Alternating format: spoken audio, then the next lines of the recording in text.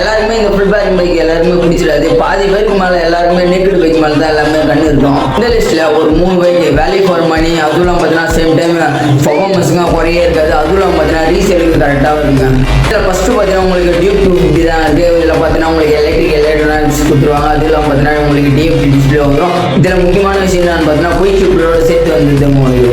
எனக்கு எலக்ட்ரானிக்ஸ்லாம் அவ்வளோவா வேண்டாம், எனக்கு ஐஎஸ்சிசி கூட பரவாயில்ல, பெஸ்ட்டான பைக் எனக்கு வேணும்னு நினச்சுன்னா நீங்கள் வந்து டாமினார் 400 நீங்கள் சூஸ் பண்ணலாம். ஏன்னா பார்த்தீங்கன்னா உங்களுக்கு வேலைக்கு போகிற மணியும் கிடைக்கும், அதுவும் பார்த்தீங்கன்னா உங்களுக்கு ரீசேலுக்கு அருமையாக இருக்குது.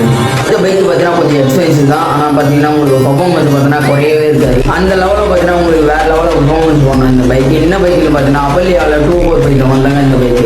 இந்த பைக்குக்கு பார்த்தீங்கன்னா பர்ஃபார்மன்ஸ் பார்த்தீங்கன்னா பஞ்சமே இருக்காது, ஏன்னா அந்த அளவுக்கு பார்த்தீங்கன்னா உங்களுக்கு பர்ஃபார்மன்ஸ் சூப்பராகவே கொடுக்கும். ஏன் இந்த 3 பைக் பார்த்தீங்கன்னா உங்களுக்கு வேல்யூ ஃபார் மணியை சொல்கிறேன்னு பார்த்தீங்கன்னா உங்களுக்கு எல்லாமே உங்களுக்கு பர்ஃபெக்டாக கற்றுறேன் இந்த பைக்கில்.